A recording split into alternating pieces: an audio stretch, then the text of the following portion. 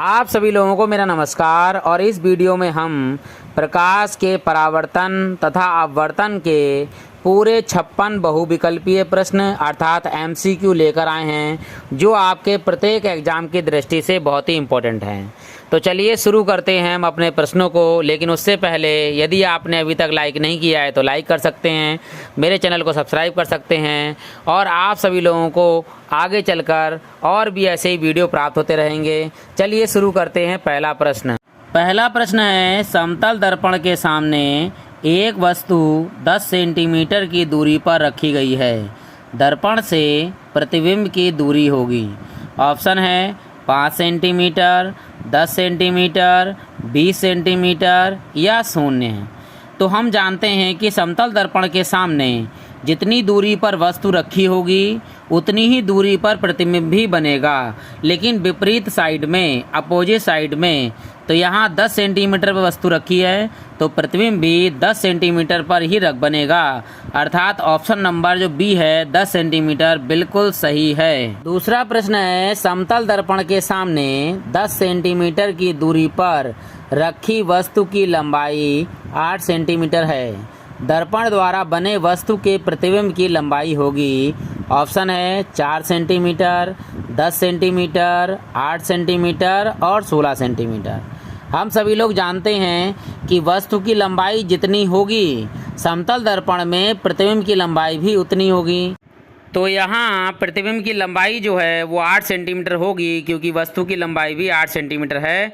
तो option number C बिल्कुल सही आंसर है। तीसरा प्रश्न है, समतल दर्पण की फोकस दूरी होती है। ऑप्शन 0, 25 सेंटीमीटर, -25 सेंटीमीटर या अनंत।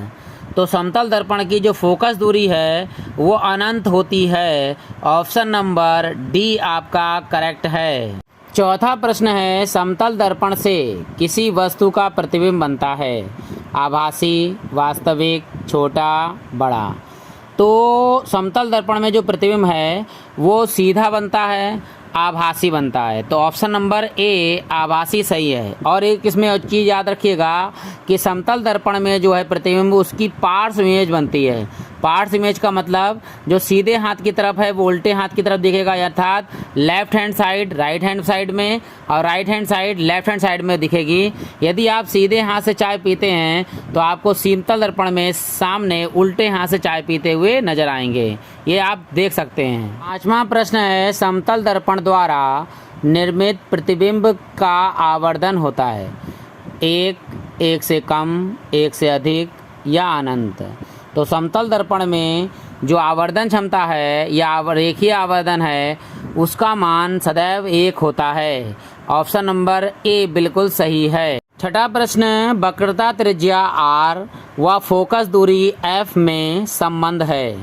ऑप्शन है f बराबर r, f बराबर 2r, 2f बराबर r या f बराबर 1/r। तो हम सभी लोग जानते हैं कि वक्रता त्रिज्या फोकस दूरी की 2 गुनी होती है, अर्थात r बराबर 2f। यहाँ पर ऑप्शन नंबर जो सी है वो 2f बराबर r या हम कह सकते हैं r बराबर 2f बिल्कुल सही आंसर है। सातवां प्रश्न है, एक उत्तल दर्पण की फोकस दूरी 12 सेंटीमीटर है। दर्पण के उत्तल पृष्ठ की त्रिज्या होगी। ऑप्शन है 12 सेंटीमीटर, 6 सेंटीमीटर, 18 सेंटीमीटर, 24 सेंटीमीटर। अभी हमने ऊपर सूत्र लिखा था कि वक्रता त्रिज्या फोकस दूरी की 2 गुनी होती है। तो यहाँ फोकस दूरी दे रखी है 12 सेंटीमीटर, तो त्रिज्या इसकी हो जाएगी 2 गुनी, यानी r बराबर 2f। तो 12 दूनी 24। ऑप्शन नंबर जो है वो डी बराबर 24 सेंटीमीटर बिल्कुल सही आंसर है। आठवां प्रश्न है, एक अवतल दर्पण की फोकस दूरी 10 सेंटीमीटर है। दर्पण की वक्रता त्रिज्या होगी। ऑप्शन है 10 सेंटीमीटर, 20 सेंटीमीटर, 30 सेंटीमीटर, 40 सेंटीमीटर। तो हम जानते हैं कि अब जो वक्रता त्रिज्या है वो फोकस दूरी की कितनी है, 2 गुनी, अर्थात वक्रता त्रिज्या r बराबर होगा 2f, 10 दूनी 20। लेकिन अवतल दर्पण की जो फोकस दूरी है वो ऋणात्मक होती है, लेकिन यहाँ ऑप्शन में कहीं पर भी ऋणात्मक नहीं दिया है। तो हम ऑप्शन नंबर 10 दूनी 20 यानी बी ऑप्शन नंबर 20 सेंटीमीटर ही लगाएंगे। यदि माइनस कहीं दिया होता तो हम माइनस के 20 लगाते, क्योंकि अवतल दर्पण की फोकस दूरी माइनस की होती है, लेकिन यहाँ कोई भी ऑप्शन माइनस का नहीं दिया है, इसलिए हम ऑप्शन नंबर बी 20 सेंटीमीटर ही लगाएंगे। नवा प्रश्न, किसी अवतल दर्पण की वक्र त्रिज्या 15 सेंटीमीटर है, इसकी फोकस दूरी होगी। ऑप्शन है माइनस के 15 सेंटीमीटर, माइनस के 7.5 सेंटीमीटर, प्लस के 30 सेंटीमीटर और प्लस के 7.5 सेंटीमीटर। सबसे पहले अवतल दर्पण जो होता है उसमें वक्र त्रिज्या हो या फोकस दूरी हो वो ऋणात्मक होती है, अर्थात ऑप्शन नंबर सही होगा ऋणात्मक वाला। अभी हम जानते हैं कि वक्रता त्रिज्या फोकस दूरी की 2 गुनी होती है, यानी r बराबर 2f, और फोकस दूरी वक्र त्रिज्या की कितनी हो जाएगी, आधी, यानी f बराबर r/2। तो यहाँ त्रिज्या वक्र त्रिज्या है 15, तो 15 की आधी कितनी हो जाएगी, 7.5, और 7.5 काय का होगा, माइनस का, क्योंकि अवतल दर्पण में वक्र त्रिज्या हो या फोकस दूरी हो ऋणात्मक होती है। तो ऑप्शन नंबर बी माइनस के 7.5 सेंटीमीटर बिल्कुल सही आंसर है। 10वां प्रश्न है, एक उत्तल दर्पण की फोकस दूरी 20 सेंटीमीटर है, उसकी वक्रता त्रिज्या होगी। ऑप्शन है 15 सेंटीमीटर, 10 सेंटीमीटर, 20 सेंटीमीटर या 40 सेंटीमीटर। उत्तल दर्पण की वक्रता त्रिज्या हो या फोकस दूरी हो धनात्मक होती है। वक्रता त्रिज्या फोकस दूरी की 2 गुनी होती है, r बराबर 2f, तो यहाँ हो जाएगा 20 दूनी 40 सेंटीमीटर। ऑप्शन नंबर डी बिल्कुल सही आंसर है। 11वां प्रश्न है, उत्तल दर्पण के सामने रखी वस्तु का प्रतिबिंब बनता है। ऑप्शन है वस्तु की स्थिति पर ही, दर्पण के सामने वस्तु की स्थिति से 2 गुनी दूरी पर, दर्पण के सामने वस्तु की स्थिति से आधी दूरी पर, दर्पण के पीछे।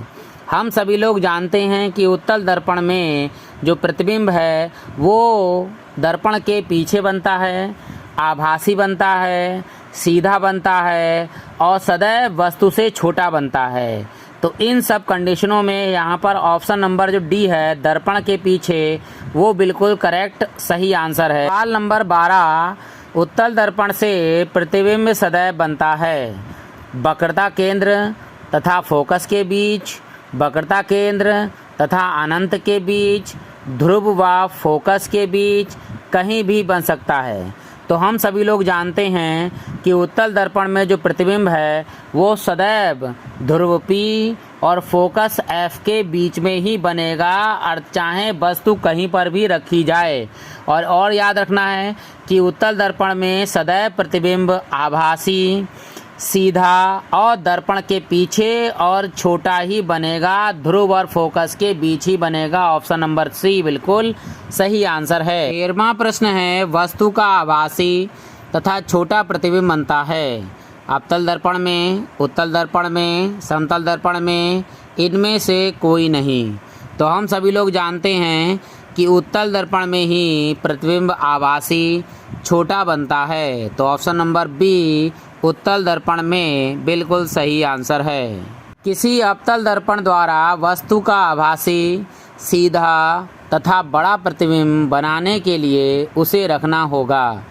ऑप्शन है दर्पण के वक्रता केंद्र C पर, दर्पण के फोकस बिंदु F पर, दर्पण के वक्रता केंद्र C और उसके फोकस बिंदु F के बीच में, दर्पण के ध्रुव P तथा उसके फोकस बिंदु F के बीच में। हम जानते हैं कि अवतल दर्पण पे अनंत पर रखी वस्तु का प्रतिबिंब फोकस पर बनता है बिंदु के आकार का। जैसे जैसे वस्तु हम पास लाते रहेंगे वैसे वैसे प्रतिबिंब का आकार बढ़ता जाएगा। प्रतिबिंब सदैव वास्तविक और उल्टा और वस्तु से बड़ा और छोटा बन सकता है, परंतु जब वस्तु जो है वो ध्रुव P और फोकस F के बीच में आ जाए तो जो प्रतिबिंब है वो दर्पण के पीछे आभासी, सीधा और बड़ा बनेगा। ये अवतल दर्पण की प्रॉपर्टी है, इसलिए इसका ऑप्शन नंबर डी दर्पण के ध्रुव P तथा उसके फोकस बिंदु F के बीच में जब वस्तु रखी जाएगी तो प्रतिबिंब आभासी, सीधा और बड़ा बनेगा। 15वां प्रश्न है, किसी वस्तु का वस्तु से बड़ा तथा आभासी प्रतिबिंब बनता है। उत्तल दर्पण द्वारा, अवतल दर्पण द्वारा, समतल दर्पण द्वारा, अवतल लेंस द्वारा। तो अभी हमने ऊपर वाले प्रश्न में पढ़ा कि प्रतिबिंब कैसा बना, बड़ा और आभासी। किस दर्पण में? अवतल दर्पण द्वारा। तो ऑप्शन नंबर बी है अवतल दर्पण द्वारा। उत्तल क्यों नहीं है? क्योंकि उत्तल में आभासी प्रतिबिंब बनता है परंतु बनता है छोटा, लेकिन अवतल दर्पण में आभासी प्रतिबिंब बनता है और बनता है बड़ा और सीधा भी बनता है, ये भी याद रखिएगा। 16वां प्रश्न है अवतल दर्पण के फोकस F और वक्रता केंद्र C के बीच स्थित वस्तु का प्रतिबिंब बनता है उल्टा, आभासी, बड़ा, उल्टा, वास्तविक, बड़ा, सीधा, आभासी, बड़ा, उल्टा, वास्तविक, छोटा। तो हम जानते हैं कि अवतल दर्पण में जब वस्तु अनंत से लेकर वक्रता केंद्र C तक रहे तो उसका उल्टा प्रतिबिंब बनता है, वास्तविक बनता है, वस्तु से छोटा बनता है। लेकिन जैसे ही वक्रता केंद्र के आगे आएगी वस्तु फोकस तक, यानी वक्रता केंद्र C और फोकस तक, तो प्रतिबिंब बनेगा बड़ा, वास्तविक और उल्टा। तो यहाँ ऑप्शन नंबर बी जो है उल्टा, वास्तविक, बड़ा बिल्कुल सही ऑप्शन है। 17वां प्रश्न है यदि एक दर्पण के सामने किसी वस्तु को निकट रखने पर प्रतिबिंब सीधा बने किंतु दूर रखने पर प्रतिबिंब उल्टा बने तो वह दर्पण होगा। ऑप्शन है समतल दर्पण, अवतल दर्पण, उत्तल दर्पण, समतलोत्तल दर्पण। तो हम सभी लोग जानते हैं कि यदि अगर वस्तु पास में रख दी जाए दर्पण के तो सीधी बने और दूर ले जाएं तो उल्टी बने, यह केवल अवतल दर्पण में ही संभव है, क्योंकि समतल दर्पण में जैसी वस्तु है वैसी दिखाई देगी, उत्तल दर्पण में वस्तु सदैव सीधी दिखाई देगी, चाहे पास में रखो चाहे दूर रखो। लेकिन अवतल दर्पण में पास में वस्तु सीधी दिखाई देती है और दूर हो जाए तो उल्टी दिखाई देती है। तो ऑप्शन नंबर बी अवतल दर्पण बिल्कुल सही ऑप्शन है। 18वां प्रश्न संयोगी फोकस संभव है केवल उत्तल दर्पण में, अवतल दर्पण में, समतल दर्पण में, साधारण कांच में। तो हम जानते हैं कि संयोगी फोकस क्या होता है, पहले बिंदु का प्रतिबिंब दूसरे बिंदु पर और दूसरे बिंदु का प्रतिबिंब अगर पहले बिंदु पर बन जाता है, उन दोनों बिंदुओं को संयुग्मी फोकस कहते हैं। यह केवल अवतल दर्पण में ही संभव है, अर्थात ऑप्शन नंबर बी में, उत्तल दर्पण में संभव नहीं है। 19वां प्रश्न है दर्पण का सूत्र क्या है। ऑप्शन है ए 1/v - 1/u बराबर 1/f, 1/u - 1/v बराबर 1/f, 1/v + 1/u बराबर 1/f और उपरोक्त सभी। तो हम सभी लोग जानते हैं दर्पण के लिए जो फार्मूला है वो फार्मूला है 1/v + 1/u बराबर 1/f, अर्थात ऑप्शन नंबर सी बिल्कुल सही आंसर है। 20वां प्रश्न है किसका दृष्टि क्षेत्र सबसे अधिक होता है, समतल दर्पण, उत्तल दर्पण, अवतल दर्पण या उत्तल लेंस का। तो हम सभी जानते हैं कि सबसे अधिक जो है दृष्टि क्षेत्र जो होता है वो उत्तल दर्पण का होता है। कैसे होता है, बस और कारों के पास में आपने देखा होगा उत्तल दर्पण लगा हुआ होता है, उसके पीछे का दृश्य देखें आपको बड़े से ट्रक से और बड़ी बड़ी रोड और बड़ा बड़ा और भी बहुत सारी चीज़ें जो है हमें उस छोटे से दर्पण में दिखाई देती हैं। इसलिए हम कह सकते हैं कि उत्तल दर्पण का जो दृष्टि क्षेत्र है वो सबसे अधिक होता है। तो ऑप्शन नंबर बी बिल्कुल सही आंसर है। 21वां प्रश्न है वाहनों में पार्श्व दृश्य रियर व्यू के लिए सामान्यतः कौन सा दर्पण उपयोग किया जाता है। ऑप्शन है समतल दर्पण, उत्तल दर्पण, अवतल दर्पण या इनमें से कोई नहीं। तो हम सभी लोग जानते हैं कि वाहनों के साइड में दोनों तरफ उत्तल दर्पण लगे हुए होते हैं। तो ऑप्शन नंबर बी उत्तल दर्पण बिल्कुल सही आंसर है। 22वां प्रश्न कांच का अपवर्तनांक पानी के सापेक्ष कितना है। ऑप्शन है 3/2, 4/6, 9/8 या 12/16। तो हम जानते हैं कि कांच का जो अपवर्तनांक होता है जल के सापेक्ष वे 9/8 होता है। तो ऑप्शन नंबर सी 9/8 बिल्कुल सही आंसर है। 23वां प्रश्न है यदि वायु के सापेक्ष कांच का अपवर्तनांक 1.5 हो तो कांच के सापेक्ष वायु का अपवर्तनांक होगा 1.5, 3, 0.75, 0.67। यहाँ पर दिया है वायु के सापेक्ष कांच का अपवर्तनांक 1.5 और हमें निकालना है इसका उल्टा कांच के सापेक्ष वायु का अपवर्तनांक, जो इसका हो जाएगा उल्टा यानी कि 1/, वायु के सापेक्ष कांच का अपवर्तनांक यानी 1/1.15। दशमलव के ऊपर दशमलव लगाइए, 0 बढ़ाइए क्योंकि एक अंक है जिस दशमलव के बाद नीचे दशमलव दशमलव कैंसिल, आगे आ जाएगा 10/15। तो हम इसे काटेंगे 5 से, 5 दूनी 10, 5 तियाँ 15, आ गया 2/3। जब हम इसे भाग देंगे तो ये आएगा 0.666, अर्थात लास्ट वाला 6 जो है वो 5 से बड़ा है तो पहले एक अंक बढ़ा देगा। तो ऑप्शन नंबर आएगा आपका 0.67। ऑप्शन नंबर डी बिल्कुल सही आंसर है। 24वां प्रश्न है, वायु में प्रकाश की चाल 3 × 10⁸ मीटर प्रति सेकंड है। वायु के सापेक्ष कांच का अपवर्तनांक 3/2 है। कांच में प्रकाश की चाल होगी 1.5 × 10⁸ मीटर प्रति सेकंड, 3 × 10⁸ मीटर प्रति सेकंड, 2 × 10⁸ मीटर प्रति सेकंड या 4.5 × 10⁸ मीटर प्रति सेकंड। यहाँ दिया है प्रकाश की चाल c बराबर 3 × 10⁸ मीटर प्रति सेकंड और अपवर्तनांक n बराबर दिया है 3/2। प्रकाश की चाल हमें v मान ली ये ज्ञात करनी है। हम फार्मूला जानते हैं कि अपवर्तनांक n बराबर प्रकाश की चाल c बटे और कांच में प्रकाश की चाल v बराबर मान लगाएंगे। n का मान दिया है 3/2 बराबर c का मान दिया है 3 × 10⁸ मीटर प्रति सेकंड बटे में v का मान हमें ज्ञात करना है। तो हम सबसे पहले देखो तिरछी गुणा करेंगे या कर सकते हो 3 से 3 ऊपर वाला कैंसिल कर, 3 से 3 ऊपर कैंसिल हो गया। अब तिरछी गुणा करेंगे तो v बराबर आ जाएगा 2 × 10⁸ मीटर प्रति सेकंड।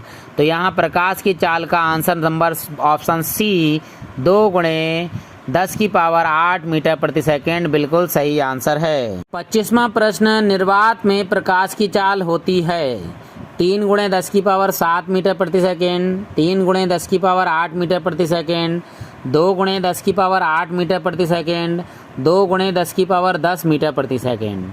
तो हम सभी लोग जानते हैं कि निर्वात में जो प्रकाश की चाल है वो 3 × 10⁸ मीटर प्रति सेकंड जो है बी ऑप्शन बिल्कुल सही आंसर है। 26वां प्रश्न है, एक पारदर्शी पदार्थ जिसका अपवर्तनांक 1.0 है निर्वात में रखा है।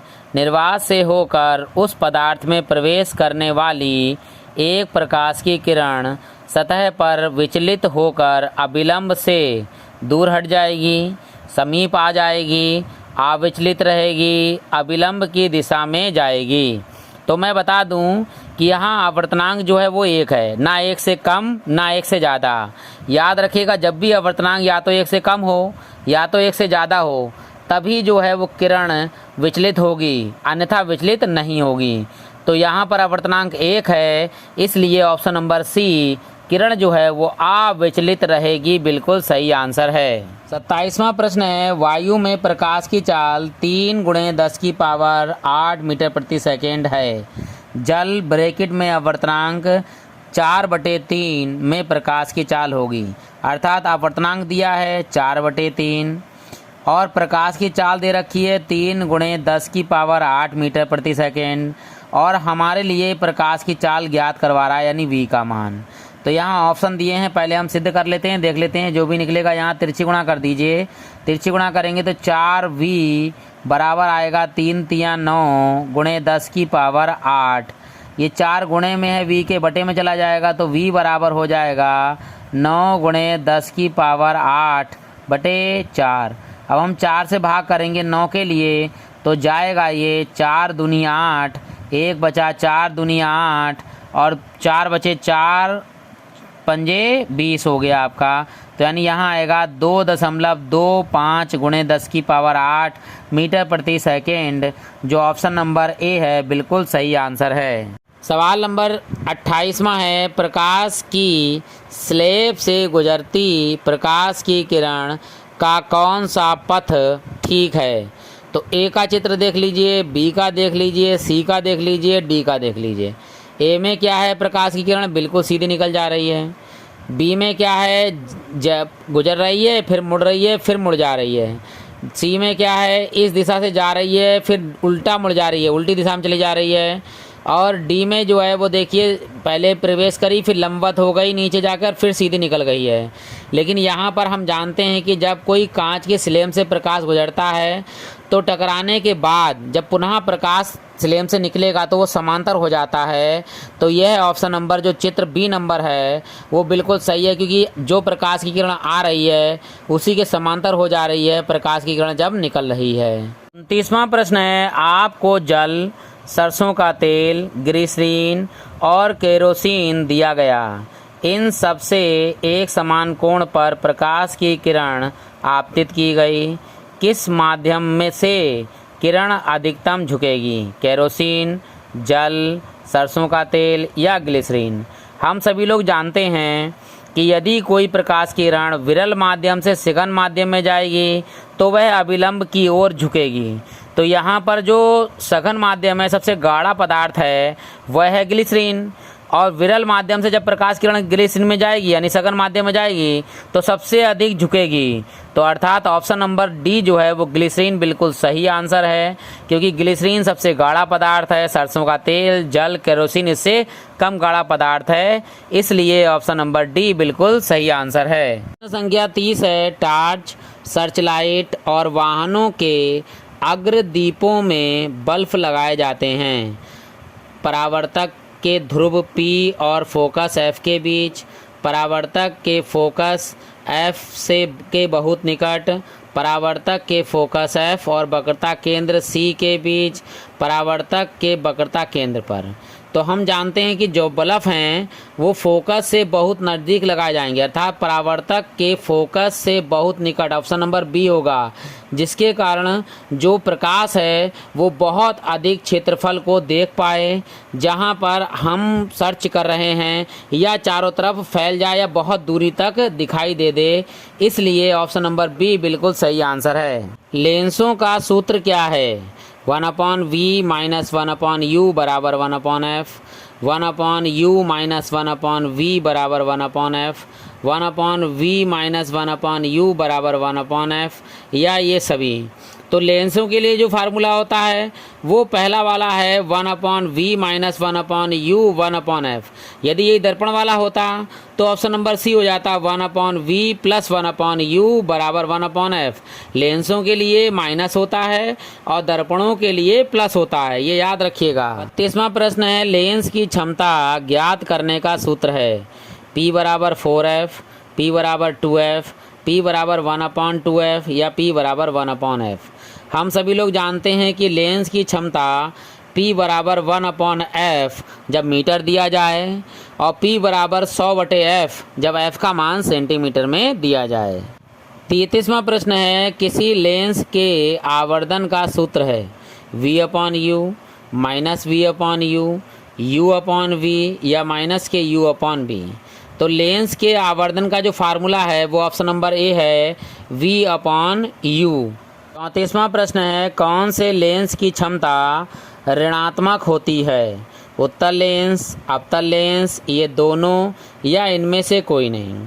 तो हम जानते हैं कि जो लेंस की क्षमता ऋणात्मक होती है वह लेंस होता है अवतल लेंस, और यदि धनात्मक की बात कहें तो उत्तल लेंस की क्षमता धनात्मक होती है। तो यहाँ पर ऑप्शन नंबर जो है वो बी बिल्कुल सही है, अवतल लेंस की क्षमता ऋणात्मक होती है। 35वां प्रश्न है, यदि कोई वस्तु एक उत्तल लेंस के सामने 2f दूरी पर रखी हो तो लेंस से उसके प्रतिबिंब की दूरी होगी f, 2f अनंत या 2f से अनंत के बीच। यदि उत्तल लेंस में सामने 2f दूरी पर वस्तु रखी है तो 2f दूरी पर ही प्रतिबिंब बनेगा, ऑप्शन नंबर बी 2f बिल्कुल सही आंसर है। 36वां प्रश्न है, उत्तल लेंस से किसी वस्तु का वास्तविक, उल्टा तथा बड़ा प्रतिबिंब बनाने के लिए वस्तु को रखना होगा लेंस के फोकस पर, लेंस से 2f दूरी पर, लेंस से f और 2f के बीच या 2f से अनंतता के बीच। तो यहाँ ऑप्शन नंबर जो सी है, लेंस से f और 2f के बीच में जब वस्तु रखते हैं तो उत्तल लेंस पर प्रतिबिंब जो है वो वास्तविक, उल्टा और बड़ा बनेगा, बिल्कुल सही आंसर है ऑप्शन सी। 35वां प्रश्न है, निम्न में से किसके सामने रखी वस्तु का प्रतिबिंब सदैव सीधा, आभासी तथा छोटा बनता है? ऑप्शन है उत्तल लेंस, अवतल दर्पण या समतल दर्पण।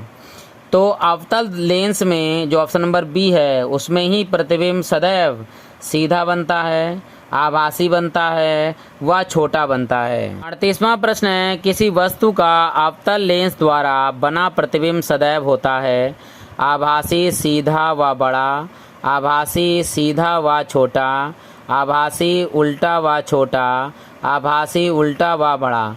अभी 37वें प्रश्न में बताया था कि अवतल लेंस में जो है वो प्रतिबिंब सदैव आभासी सीधा व छोटा बनता है। तो यहाँ ऑप्शन नंबर बी आभासी सीधा व छोटा बिल्कुल सही आंसर है। 39वां प्रश्न है, निम्न में से कौन लेंस बनाने में प्रयुक्त किया जा सकता है? जल, कांच, प्लास्टिक या ये सभी? तो इनमें सबसे पहले जो है वो लेंस बनाए जाते थे किसके? कांच के। अब तो प्लास्टिक के ही बन जाते हैं लेकिन जल का नहीं बना सकते हैं, इसलिए यहाँ ये सभी तो ऑप्शन होगा नहीं और जल नहीं होगा। तो कांच और प्लास्टिक में आप ऑप्शन लगाएंगे केवल कांच, क्योंकि पहले जो है वो कांच के द्वारा ही लेंस बनाए जाते थे, इसलिए ऑप्शन नंबर बी बिल्कुल सही आंसर है। या ये लिखा जाता कांच और प्लास्टिक दोनों, तो कांच और प्लास्टिक दोनों में हम सही आंसर लगाते, लेकिन यहाँ के लिए केवल बी ऑप्शन कांच बिल्कुल सही है। 40वां प्रश्न है, एक उत्तल लेंस की फोकस दूरी 20 सेंटीमीटर है, इसकी क्षमता है 20D, 15D, 10D या 5D। डी को डायोप्टर बोलते हैं। यहाँ जो फोकस दूरी दे रखी है वो सेंटीमीटर में है, तो लेंस की क्षमता P बराबर हो जाएगा 100/f सेंटीमीटर में। तो 100/f का मान है 20, 100/f, तो 20 पंजे 100, अर्थात आंसर आ गया 5 डायोप्टर यानी 5D। बिल्कुल ऑप्शन नंबर डी बिल्कुल करेक्ट है। अगला प्रश्न है, 50 सेंटीमीटर फोकस दूरी वाले उत्तल लेंस की क्षमता होगी -2D, +2D, +0.02D, -0.02D। तो यहाँ उत्तल लेंस है, उत्तल लेंस में फोकस दूरी धनात्मक होती है तो लेंस की क्षमता भी धनात्मक होगी। सेंटीमीटर में दे रखा है तो लेंस की क्षमता P बराबर 100/f सेंटीमीटर में, तो 100/50 और 50 दूनी 100, तो यहाँ प्लस में हो जाएंगे 2D। ऑप्शन नंबर बी बिल्कुल सही है। 42वां प्रश्न है, -5D क्षमता के लेंस की फोकस दूरी होगी 0.2 मीटर, 0.5 मीटर, -0.2 मीटर, -0.5 मीटर। तो जो फोकस दूरी है यहाँ सब मीटर में दे रखा है, तो फोकस दूरी F बराबर हो जाएगी 1/P, और P माइनस में दिया है तो कोई बात नहीं, माइनस में ही लगाएंगे, 1/-5D। तो जब हम 5 से 1 को भाग देंगे तो 0 लगाएंगे तो आ जाएगा 5 दूनी 10 यानी कि 0.2 मीटर, लेकिन काय में है माइनस में, तो ऑप्शन नंबर सी -0.2 मीटर बिल्कुल सही आंसर है। 40वां प्रश्न है, -10D क्षमता वाले लेंस की फोकस दूरी होगी 10 सेंटीमीटर, 10 मीटर, -10 सेंटीमीटर, -10 मीटर। तो यहाँ सेंटीमीटर में भी है, मीटर में भी है, तो हम निकालते हैं सेंटीमीटर में, क्योंकि सेंटीमीटर में ही आंसर आएगा कि 10D ज़्यादा दे रखा है मान, और सब कोई मान माइनस के नहीं है। तो फोकस दूरी हो जाएगी आपकी F बराबर 100/P, यहाँ P का मान है -10, तो 10 दूनी 10 धाम 100, तो काय के आ जाएंगे -10 सेंटीमीटर। ऑप्शन सी बिल्कुल सही आंसर है। 44वां प्रश्न है, एक उत्तल लेंस की क्षमता 5 डायोप्टर है, इसकी फोकस दूरी होगी 20 सेंटीमीटर, 50 सेंटीमीटर, -50 सेंटीमीटर, -20 सेंटीमीटर। यहाँ सब सेंटीमीटर में है तो सूत्र भी सेंटीमीटर में लगाएंगे। उत्तल लेंस की क्षमता धनात्मक होती है, फोकस दूरी भी धनात्मक होती है, तो फोकस दूरी है बराबर हो जाएगा आपका 100/D, वो P डायोप्टर 5 दे रखा है क्योंकि सेंटीमीटर में है इसलिए, तो 100/5 यानी 5 से काटेंगे 5 दूनी 10 और 0 का 0 यानी कि 20 आंसर आएगा काय में सेंटीमीटर में, तो ऑप्शन नंबर ए 20 सेंटीमीटर बिल्कुल सही है। 45वां प्रश्न है, एक लेंस की क्षमता +1D है, उसकी फोकस दूरी होगी, तो सेंटीमीटर में देखें मान 50 सेंटीमीटर, 100 सेंटीमीटर, 25 सेंटीमीटर, 20 सेंटीमीटर। तो F बराबर हो जाएगा 100/P। लेंस की क्षमता का मान दे रखा है 100/1 अर्थात 100, और काय में आएगा सेंटीमीटर में। तो ऑप्शन नंबर बी 100 सेंटीमीटर बिल्कुल सही है। 40वां प्रश्न है कि अनंत एवं उत्तल दर्पण के ध्रुव P के बीच रखी वस्तु का प्रतिबिंब कहाँ और किस प्रकृति का होगा। दर्पण के पीछे P एवं F के बीच आभासी एवं सीधा, दर्पण के पीछे P एवं F के बीच आभासी एवं उल्टा, दर्पण के सामने वास्तविक एवं सीधा, दर्पण के सामने आभासी एवं सीधा।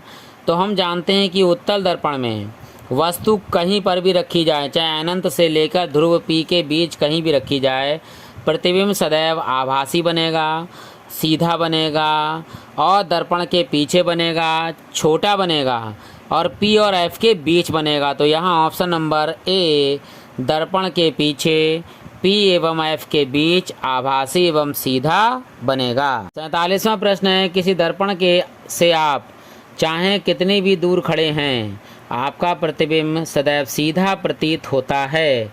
तो दर्पण है केवल समतल, केवल अवतल, केवल उत्तल, या तो समतल या तो उत्तल। हम जानते हैं कि अवतल दर्पण में प्रतिबिंब सीधा भी बनता है, उल्टा भी बनता है, लेकिन समतल और उत्तल ही दो दर्पण ऐसे हैं जिसमें प्रतिबिंब सदैव सीधा ही बनेगा, चाहे वस्तु कहीं पर भी रखी जाए। तो ऑप्शन नंबर डी या तो समतल दर्पण होगा या उत्तल दर्पण होगा। 40वां प्रश्न है एक लेंस से 0.2 मीटर दूर रखी वस्तु के आभासी प्रतिबिंब का आवर्धन 0.5 है। यह लेंस होगा 0.1 मीटर फोकस दूरी का अवतल लेंस, 0.2 मीटर फोकस दूरी का अवतल लेंस, 0.1 मीटर फोकस दूरी का उत्तल लेंस, 0.2 मीटर फोकस दूरी का उत्तल लेंस। यहाँ पर प्रतिबिंब बन रहा है आभासी, और आभासी प्रतिबिंब जो है वो लेंस के लिए अवतल लेंस में बनता है, उत्तल लेंस में नहीं बनता। इसलिए सी ऑप्शन और डी ऑप्शन उत्तल लेंस के तो कैंसिल हो गए। अब ए और बी में ये ज्ञात करना है कि जो फोकस दूरी है वो 0.1 है या 0.2 है। तो चलिए शुरू करते हैं हम इसका सवाल। तो क्या है सवाल, वस्तु की दूरी यू दे रखी है आपको माइनस के 0.2 मीटर, आवर्धन m दे रखा है 0.5 और प्रतिबिंब की दूरी v बराबर जो है हमें पहले ज्ञात करनी है, और इसी के बाद जब हम ये ज्ञात कर लेंगे तो फोकस दूरी भी ज्ञात हो जाएगी। तो हम फार्मूला जानते हैं m बराबर v/u। m का मान है 0.5 बराबर v बटे जो u का मान है वो है माइनस के 0.2। जब हम तिरछी गुणा करेंगे तो v बराबर आएगा हमारा माइनस के 0.5 गुणे 0.2। जब हम 0.5 की गुणा 0.2 से करेंगे तो हमारा आएगा 0.10। तो लास्ट में 0 है तो उसे हटा देंगे तो रह जाएगा केवल माइनस के 0.1। ये v का मान आ गया। लेंस के लिए जो फोकस दूरी का फार्मूला होता है वो होता है 1/f बराबर 1/v माइनस 1/u। तो 1/f बराबर v का मान दिया हुआ है माइनस के 0.1 लगाएंगे, फिर माइनस सूत्र है, फिर माइनस 1/u का जो मान है वो माइनस के 0.2। तो क्या है यहाँ पर माइनस माइनस प्लस हो जाएगा बीच में और ये माइनस रहेगा 1/0.1। तो ऊपर 1 के जगह पॉइंट लगाएंगे, 0 बढ़ाएंगे, पॉइंट से पॉइंट कैंसिल हो जाएगा, ऊपर आ जाएगा 10। और यहाँ दूसरे में 1.0 और नीचे 0.2, पॉइंट से पॉइंट हटेगा तो ऊपर आएगा 10, नीचे आएगा 2, 2 पंजे 10। तो 1/f बराबर होगा माइनस के 10 प्लस के 5। यहाँ माइनस के ज़्यादा हैं, 10 में से 5 जाएगा तो बचेंगे 5। तो 1/f बराबर माइनस के 5, जिसके नीचे कुछ नहीं उसके नीचे 1 होता है। तो हम जब उल्टा करेंगे तो f/1 यानी f का जो मान आएगा वो आएगा माइनस के 1/5। जब हम 5 से 1 को भाग करेंगे तो ये आंसर आएगा आपका माइनस के 0.2 मीटर।